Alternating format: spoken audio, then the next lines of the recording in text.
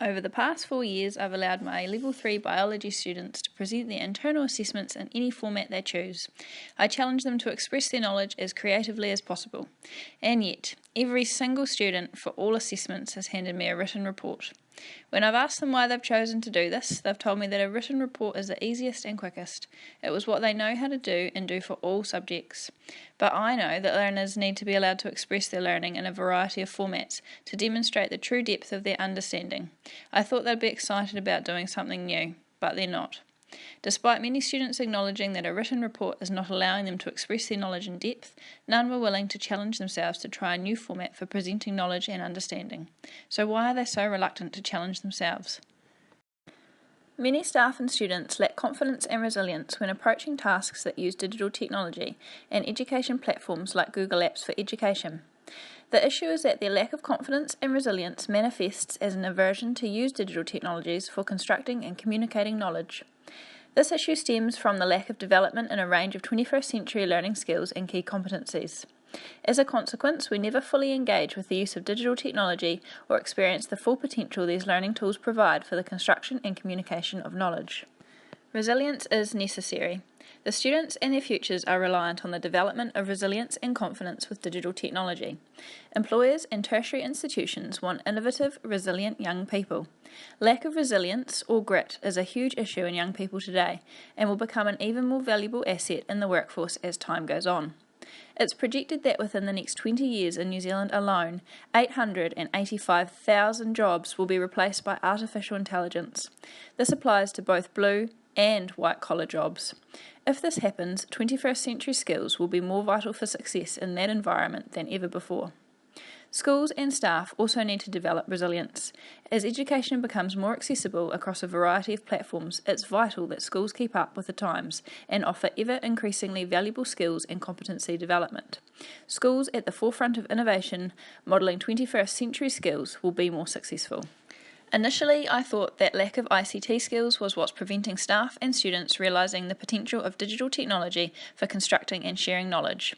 However, after further research and reflection, I have concluded that actually, the 21st century skill of using ICT for learning is lower down the list of skills and competencies that must be developed before digital technologies can be used effectively for constructing and sharing knowledge.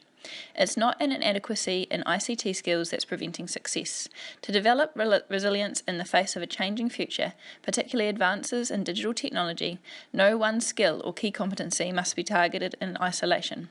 Managing self and self-regulation, a can-do attitude, the ability to set goals, along with a willingness to plan for and meet challenges, are vital skills and key competencies to address. Also, thinking creatively, critically, and reflectively are vital if learners are to construct knowledge. Participating and contributing, relating to others, and working with a diverse group are vital skills of collaboration. These are necessary if learners are to construct knowledge and contribute to a wider audience. To address this issue and build resilience and confidence within my school, I will start small, beginning with my Level 3 biology class next year. I've redesigned their first unit of work, a unit about the biology of sugar, to bring the development of their self-regulation, thinking and collaborative skills to the forefront of the unit plan. These are the pedagogical outcomes the students will achieve throughout the modified unit of work. These outcomes are based on reflection of numerous bodies of research and educational literature. My reflective blog on these sources and how they have influenced my planning can be accessed through the link at the bottom of the clip.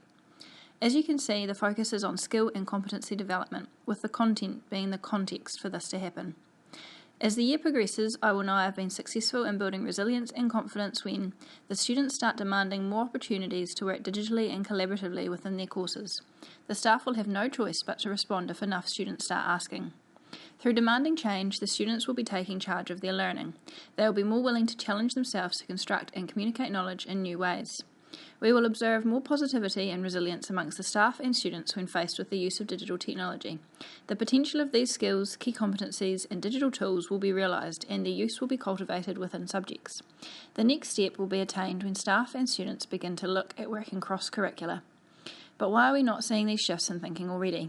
It comes back to how we, as teachers, currently structure our courses and learning tasks. Content-based skills and the assessment are at the forefront of our minds instead of 21st century skill and key competency development. Here's an example. In the past, I would give the students an overall task. and then tell them how to attack it from a content perspective. They would spend a lesson or two researching. Then, in the interest of saving time, the website would never get created. We'd revert to chalk and talk to get through the content.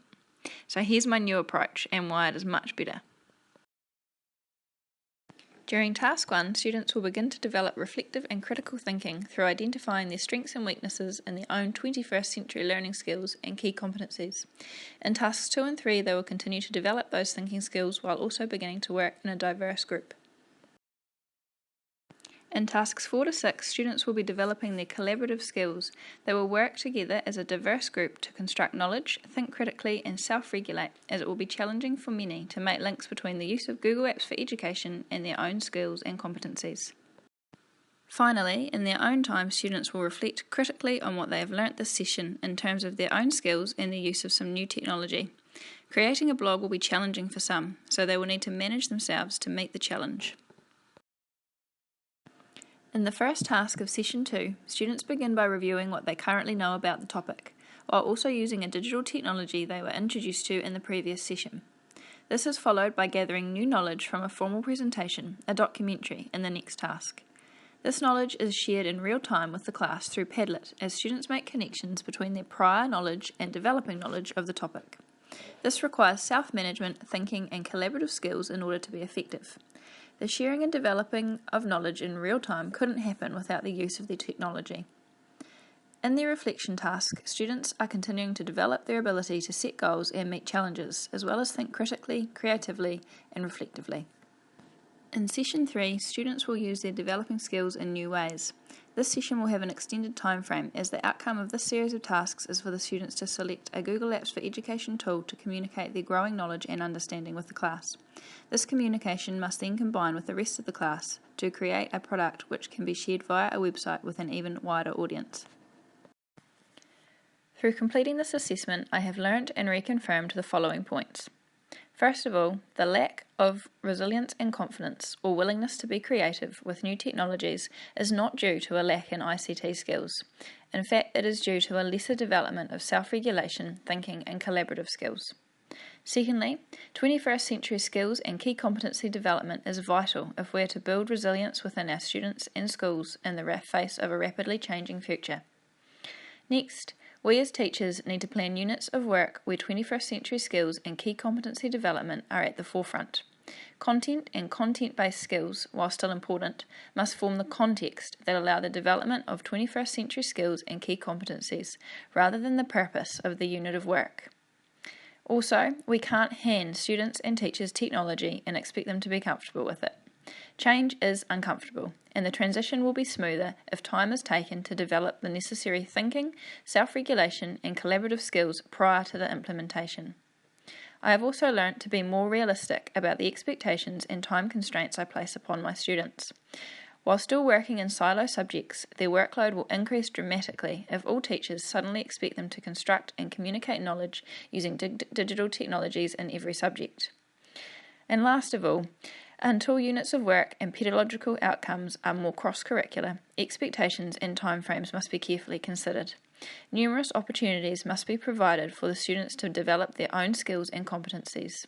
Too often, we hand students some technology and expect them to work it out for themselves.